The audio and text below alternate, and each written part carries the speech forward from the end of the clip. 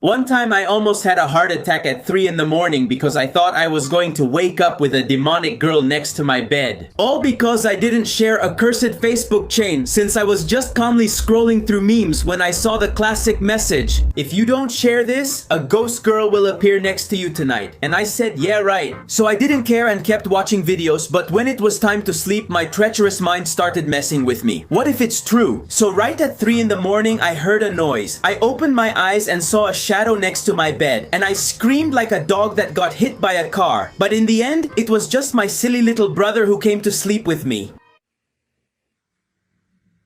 Once in elementary school, I became the Girl Repeller 3000 because of two girls from middle school who treated me like their toy, and I just wanted to play Pogs in peace. But they were always chasing me, telling me, "You're so cute." And me, 9 years old and more scared than interested in flirting, I went to the principal and said, "They're harassing me." But the principal with her weird hair just laughed and said, "Oh sweetie." And me, all traumatized, I hid in the bathrooms until the girls found me and said, "You can't escape from us."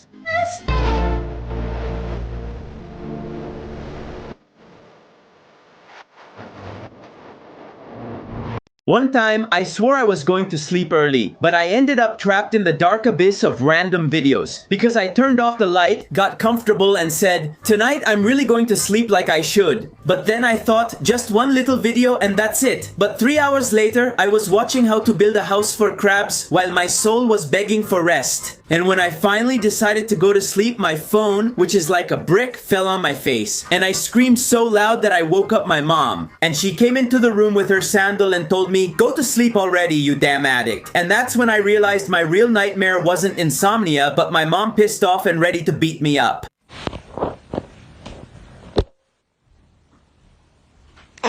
One time I almost tore my leg off because of a damn scab, really nasty because I scraped my knee riding my bike and it started bleeding. But then I put my pants on without thinking about the consequences. Because hours later, when I tried to take them off, I felt such a strong pull that I thought I was being skinned alive. So I screamed like I was being exorcised and my mom ran over, worried. But when I told her what was happening, instead of helping me, she just said, "Oh, don't exaggerate." And she yanked my pants off in one pull. Honestly, I felt like I saw God for a second, and the scab stayed stuck to the pants. Oh, Mom, I can't feel my legs! I can't feel my legs. Oh no, here they are! One time, my little cousin Tizok almost set the kitchen on fire because he thought he was an expert chef. We were at his house and he said, "I'm going to make some awesome French fries." So trusting him, I replied, "All right, but don't mess it up."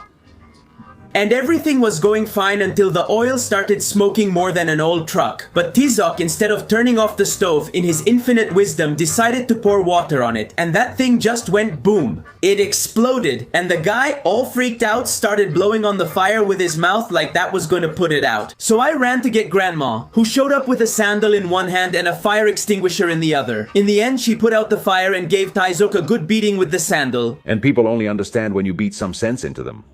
One time, my little cousin Tizok found out his dad was cheating on his mom because he was being nosy. Because the kid started spying on his dad's phone and found some weird messages with Miss Carla, but his mom's name is Angela, and that's where Sherlock Tizok Holmes's mission began. So, he hid in his dad's car trunk and followed him to a motel, until he started hearing some traumatizing sounds and the dude came out yelling, "Dad, what are you doing to Miss Carla?" And his dad turned paler than a whiteboard. By the way, what I have on my hat is my latest subscriber, Marta Tila Cruz Toledo. So if you want to appear on my head, subscribe.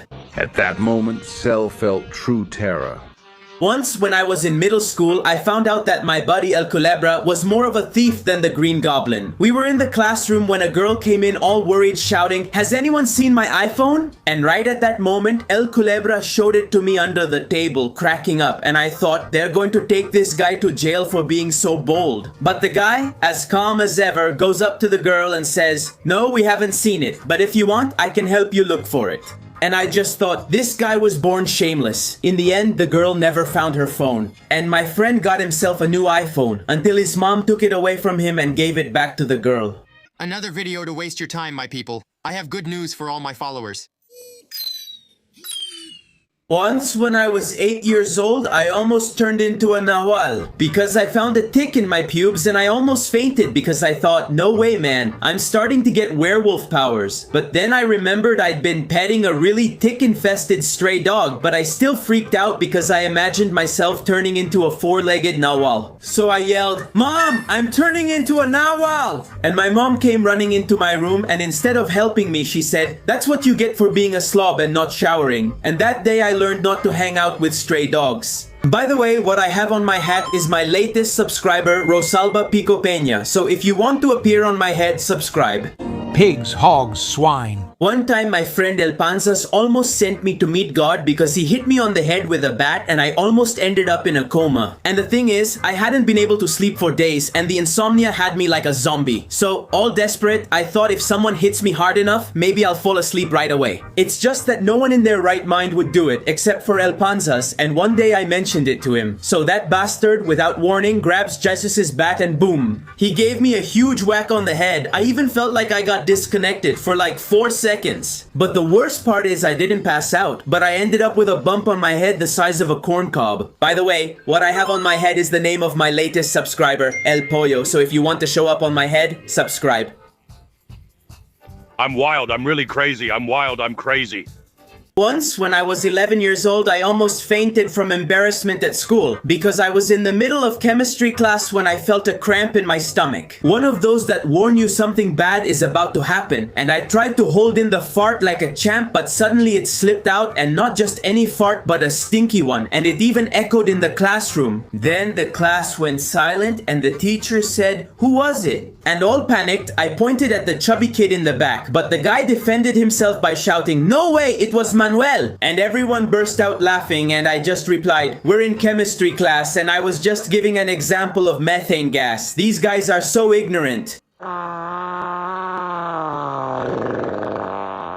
One time I almost broke my whole skeleton for thinking I was a king because I was at a party. And when it was over, they started stacking the chairs like they were building the Tower of Babel. But I got curious and went to see the throne of chairs and thought, hell yeah, I'm going to sit here like a king. So I climbed all the way to the top, raised my arms and shouted, "Bow before His Majesty." But gravity said, "Nope, my dude." And in a second, all 40 chairs came crashing down with me on top. So I ended up almost like a squashed tamale. But the good thing is that before I fell, my instinct made me hop down to the floor and I only broke my leg. Otherwise, I wouldn't be telling this story. Mama, I'm a criminal. Mama, I'm a criminal. Mama, I'm a